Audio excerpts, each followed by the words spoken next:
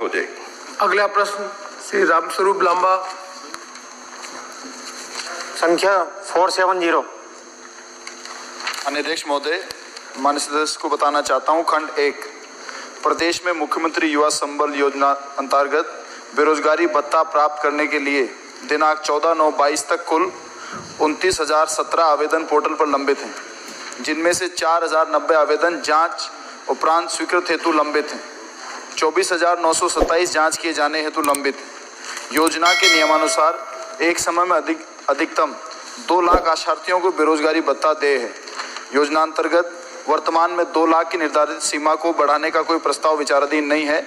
यह एक नीतिगत निर्णय है। खंड 2 प्रदेश में रोजगार कार्यालयों में विभिन्न पोर्टल पर विभिन्न श्रेणी के पंजीकृत बेरोजगारों की कुल संख्या 17,31,653 है। जिलेवार संख्यात्मक सूची परिशिष्ट ए पर संलग्न है। खंड 3 जी नहीं, राज्य सरकार ने स्नातक बेरोजगारों को भत्ता देने के लिए सरकारी कार्यालय RSLDC को मान्यता प्राप्त संस्थानों से इंटर्नशिप के तौर पर 4 घंटे काम करने की शर्तें लागू नहीं की, अपितु मात्र राजकीय विभागों में ही प्रतिदिन 4 घंटे इंटर्नशिप करवाए जाने का प्रावधान किया गया है। योजना अंतर्गत इंटर्नशिप करवाए जाने का प्रावधान अधिकतम 2 वर्ष तक है। इंटर्नशिप हेतु दिनांक 9/9/2022 तक भिजवाए गए कुल 1,50,297 आशार्थियों द्वारा विभिन्न राजकीय विभागों में इंटर्नशिप की जा रही है। जिलेवार सूची परिशिष्ट ब पर संलग्न है।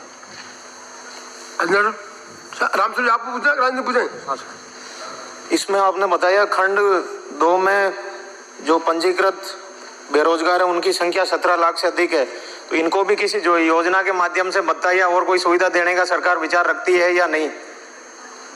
माननीय अध्यक्ष महोदय, घोषणा के मुताबिक पढ़े लिखे बेरोजगार को भत्ता देने की बात थी और इस योजना में भी ग्रेजुएट पोस्ट ग्रेजुएट जो हैं उन्हीं बेरोजगारों को देते हैं। उसमें मात्र 29,000 लंबित हैं। बाकी जितने भी आवेदन प्राप्त हुए 6,04,000 इस योजना का फायदा उठा चुके हैं।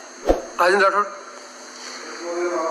मंत्री महोदय पूछना चाहूंगा, खंड 2 में आपने कहा कि मुख्यमंत्री युवा संबल योजना की अधिकतम सीमा 2 लाख है और खंड 3 में आपने कहा कि सरकारी विभागों में 4 घंटे इंटर्नशिप करने का प्रावधान है और इस हेतु 9/9/2022 तक 1,50,297 आशार्थियों का इंटर्नशिप की जाने के लिए सूची प्रेषित की है। तो क्या मुझे बताएंगे कि वास्तविक रूप में जो सूची आपने 1,50,297 की प्रेषित की, क्या यह सही है कि इनमें से मात्र 33,600 लोगों ने ही विभिन्न राजकीय कार्यालयों में ज्वाइन किया है, बाकी लोगों ने ज्वाइन नहीं किया? माननीय अध्यक्ष महोदय, इंटर्नशिप के लिए समय दिया जाता है कि इतने समय में आपको इंटर्नशिप ज्वाइन करनी है, तो 1,50,000 लोगों को डिपार्टमेंट अलॉट कर दिया गया है। यदि जो लोग इंटर्नशिप जिन्होंने शुरू नहीं किया तो उनका ऑटोमेटिक उस समय सीमा के बाद में उनका नाम कट जाएगा। और मैंने संख्या पूछी है सिर्फ भी आज की तारीख में आपकी बैठ के सुनने प्लीज बेटा। अध्यक्ष जी, मैं तो सिर्फ इन्होंने बताया कि समय सीमा समाप्त होने पर अपने आप लैप्स हो जाएंगे। आज की तारीख में क्या यह सही है कि युवा संबल योजना में 4 घंटे सरकारी रोजगार कार्यालय के अंदर इंटर्नशिप करने वालों की संख्या जो आपने भेजी 1,50,000 ये नहीं होकर 33,600 के लगभग है, हाँ या नहीं? और अगर हाँ तो ये जो भेजी है इसमें से कितनों का लैप्स करके कितने वास्तविक रूप से आज भत्ता आपसे ले रहे हैं, इतना बता दो मेरे को।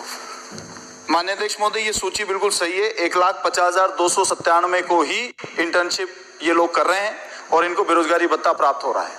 अगला प्रश्न श्री हरीश मीणा, प्रश्न संख्या 471।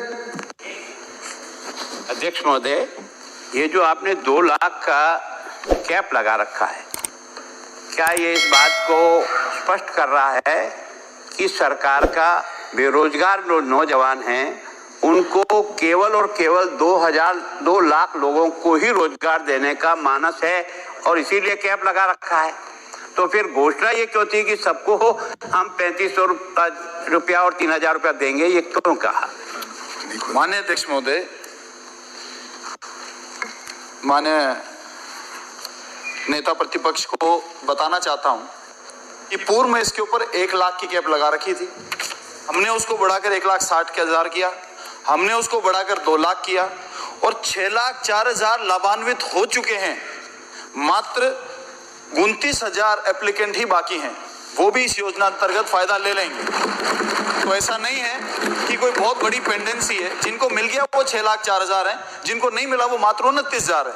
तो सरकार की मानसिकता साफ है, हर बेरोजगार जिसको जरूरत है उसको इस योजना से हम लाभ पहुंचाएंगे। अगला प्रश्न हरीश मीणा। सर